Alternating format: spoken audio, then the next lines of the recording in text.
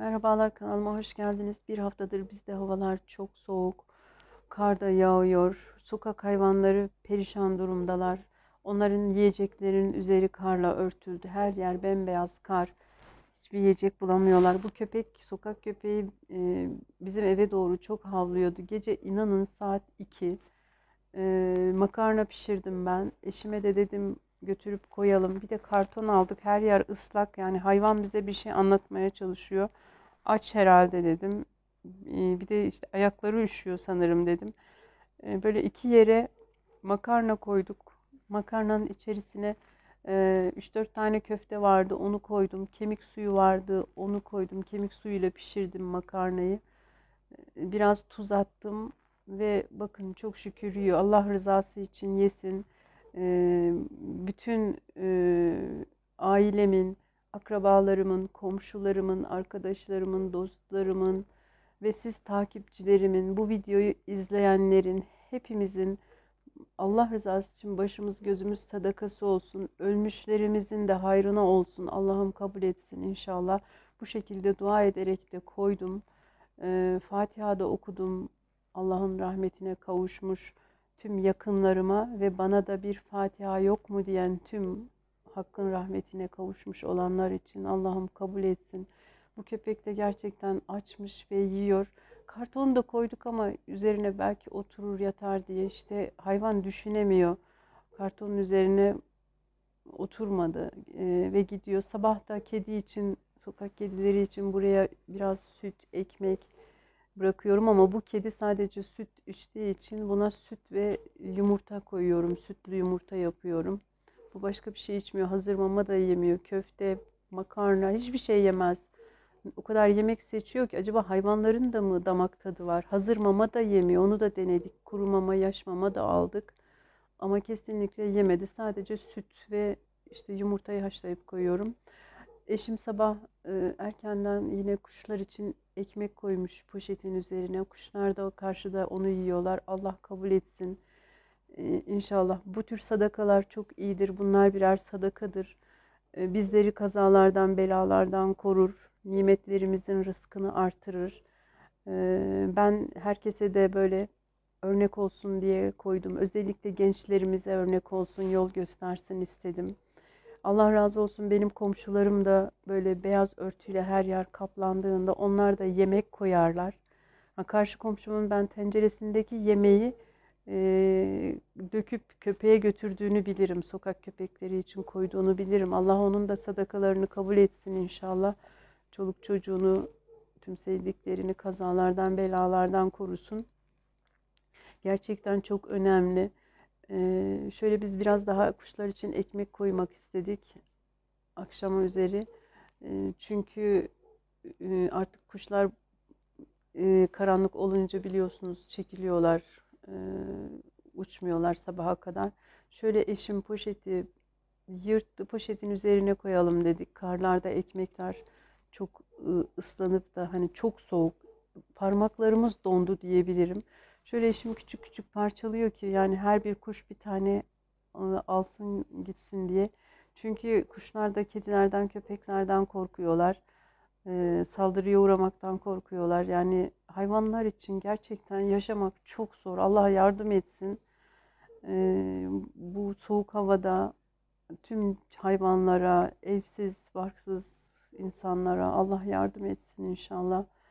Şöyle iki yere koy dedim eşime. Çünkü aynı yerde olunca büyük kuşlar küçük kuşların yaklaşmasına izin vermiyor. O yüzden bir kısmı da böyle buradan yesin istedim. Sizler de elinizden geldiğince bir tane hayvanı bile doyursanız sizin için o çok büyük bir iyilik olur. Size kat kat döner. Bunu bilin. Bakın şöyle her yer örtülmüş bembeyaz örtüyle tüm kuşların, kedilerin, köpeklerin yiyeceği her şey kar altında.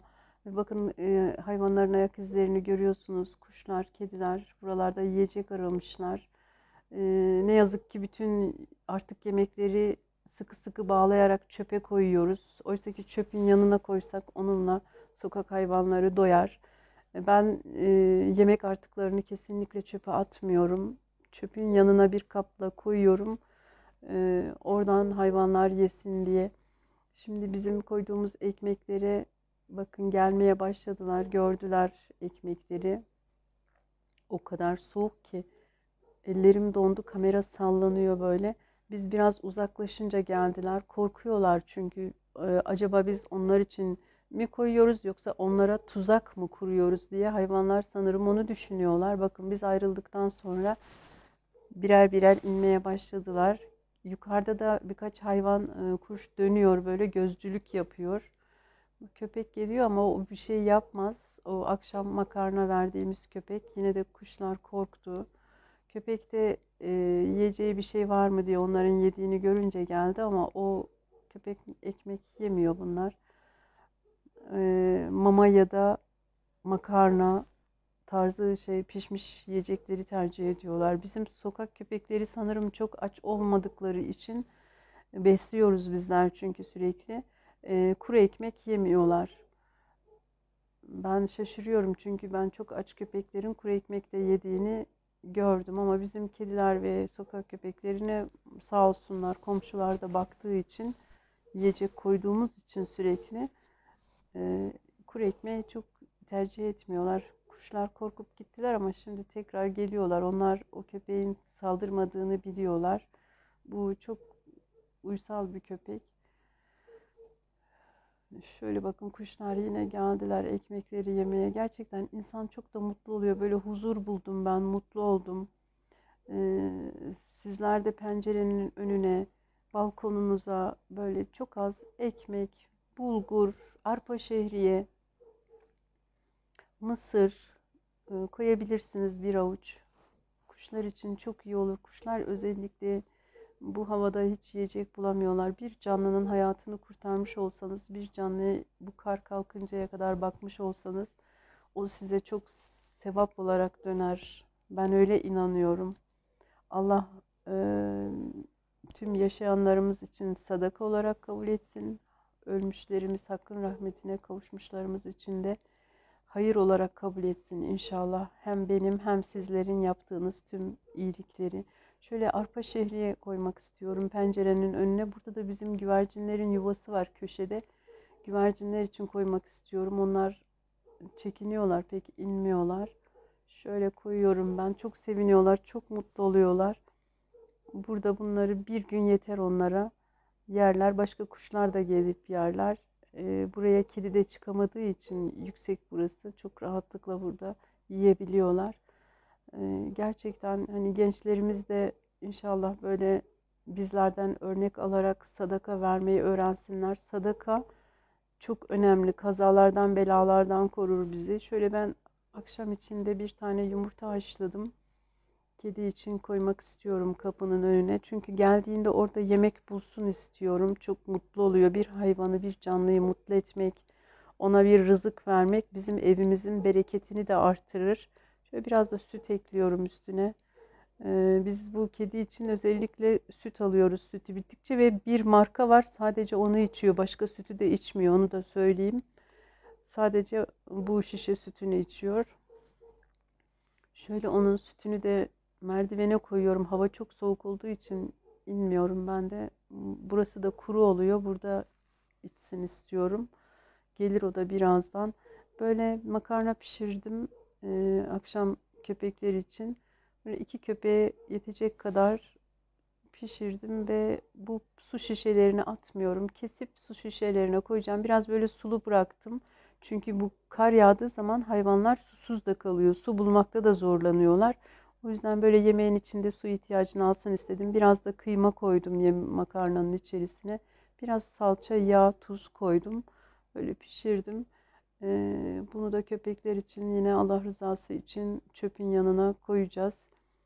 Akşam yesinler geldiklerinde aradıklarında çöpün yanına bakıyor hayvanlar. Çünkü orada böyle bir yiyecek bulsunlar, sevinsinler istiyorum. Her yer karla kaplı ve hayvanlar bize çok muhtaç, insana çok muhtaçlar. Gidip marketten alışveriş yapamazlar, para kazanıp geçimlerini sağlayamazlar, yiyecek içecek alamazlar. Onlara biz bakmak zorundayız diye düşünüyorum.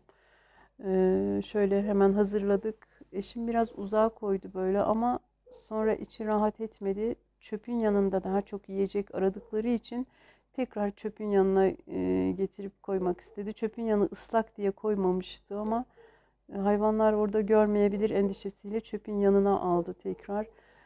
Allah hepimizin hayrına sadakamız, başımız gözümüz sadakamıza kabul etsin inşallah. Sağlıklı kalın, hoşça kalın.